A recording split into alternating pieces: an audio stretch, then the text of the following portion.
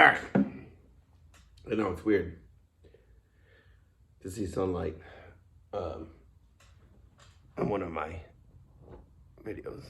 Fix it a little bit, a little too bright. But I felt compelled to speak about something that I think is often misunderstood with regard to therapy, and specifically like mental health therapy, not physical therapy or whatever. One of my therapists sent me an email today. Now, I just saw it a few minutes ago because this is an off week for her and I see her every other week. And again, one of my therapists. But as you may or may not know, my kid had COVID. The last time I spoke with her. So last Monday. And he tested negative on Thursday. He's fine. But she sent me an email just checking in to say, hey, hope Kern's doing well. And you guys are all feeling well. Hope you had a great Memorial Day weekend. And that's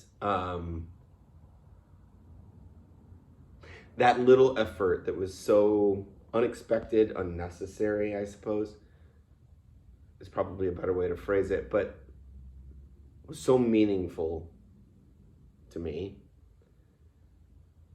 that I wanted to just share that. And the part I want to talk about that's, I think, often misunderstood is therapists don't fix you. And I think far too often,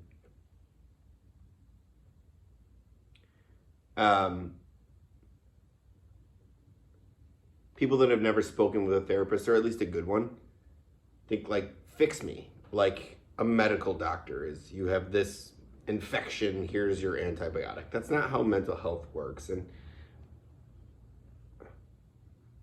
I recognize in saying that a lot of you, nobody ever watches these videos, but any of you that may are like, well, duh.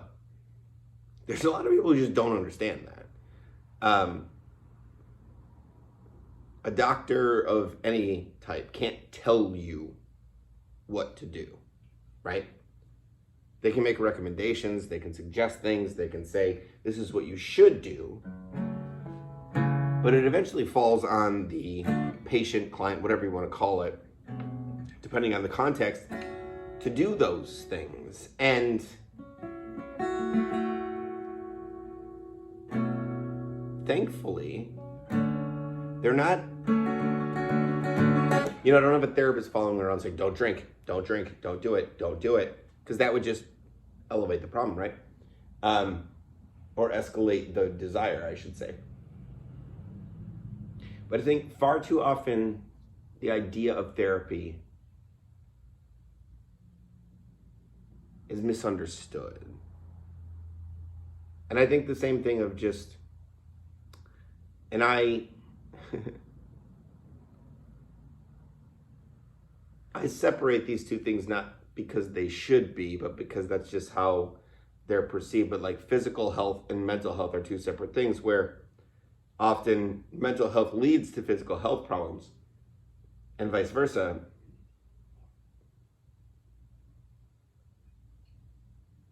That mental health is just good mental health care coverage, whatever you want to call it, is really hard to find. And I had debated sharing this email publicly, but then I'm like, no, I know my doctor. She's not taking on new clients. Neither of them are. Technically, I have 3, but 2 that I see regularly, they're not taking on new clients. And it bums me out because, like, they're so amazing. And I think they could help so many people. But time, access, insurance, money, whatever you want whatever you want to pin it on, is very limiting.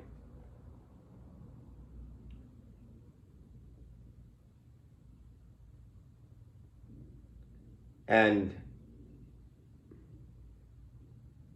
I guess I would just say that I've met a lot of people, known a lot of people, whatever, that have had negative experiences with a therapist, and so then they blanket say therapy doesn't work. And getting long-winded again, but like, and I know people could say like, well, you have 3 therapists and they're not helping you. Like, no, they've kept me alive. Literally, quite literally, I'm still alive because of my therapists.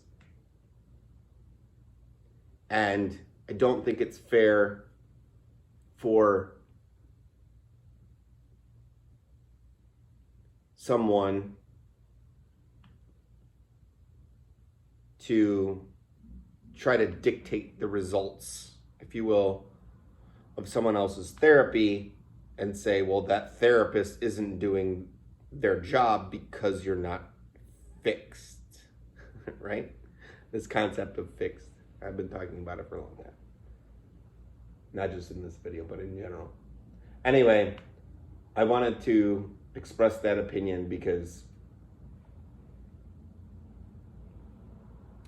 I'm sure in her mind that was just her doing her quote unquote job.